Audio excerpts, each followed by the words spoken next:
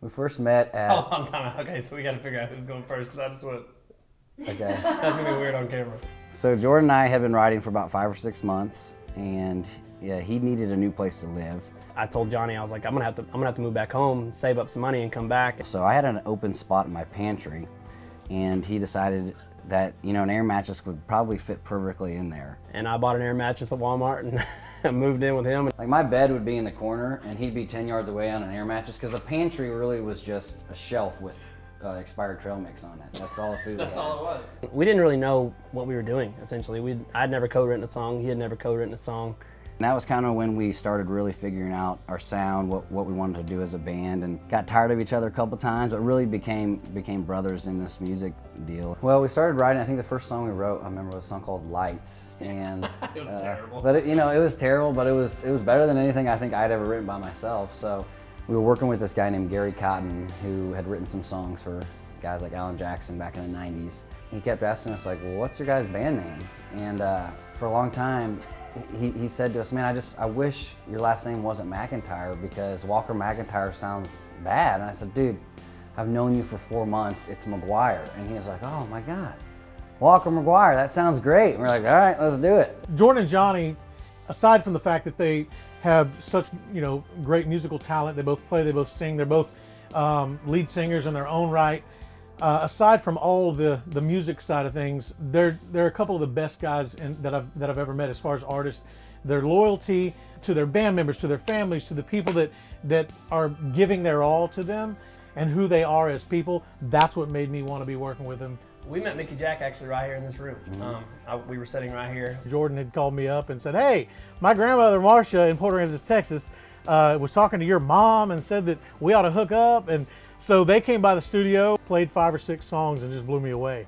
One of the songs that they played, I think it was the 4th song, was Till Tomorrow. We said, be honest with us, which songs do you like? And he said, I like them all. He goes, but Till Tomorrow, it sounds like it should have been on radio yesterday. So, and it just so happened that was the first song we came in and cut. Baby, tonight I'm alright. Yeah, I finally got you off my mind. I'm not here fighting back tears, having the time of my... When I heard Till Tomorrow, I just knew that was a Spotify hit, and I think a nationwide, if not global hit. The huge amount of plays that it's gotten and the response that it's gotten. In radio parlance, it's researching is power plus. It is such a strong song, and has been literally for the months that Spotify has been playing it, and it doesn't show any signs of wearing out, and I just know it's going to be a hit at radio. The craziest thing about Till Tomorrow for us, and what has changed about our careers, is we'll go play shows where, before maybe the people hadn't heard of us, but by the end of the show they'd say, man, I'm gonna look those guys up. Now that's that band that was on Hot Country Spotify playlist. The same rooms that we were playing 2 years ago across the country, and instead of there being 100, 200 people and a couple of people singing along, it's 500, 600 people and they're all singing along, because that song has been the biggest blessing in the world. I was listening to Spotify New Boots. I try to listen once or twice a week just to hear what new unsigned acts are connecting out there, what new songs are on the horizon that I should be paying attention to.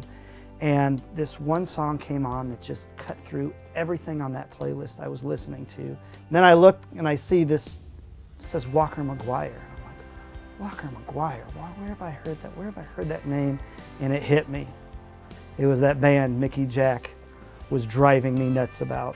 I truly feel like we're going to make some amazing history with them.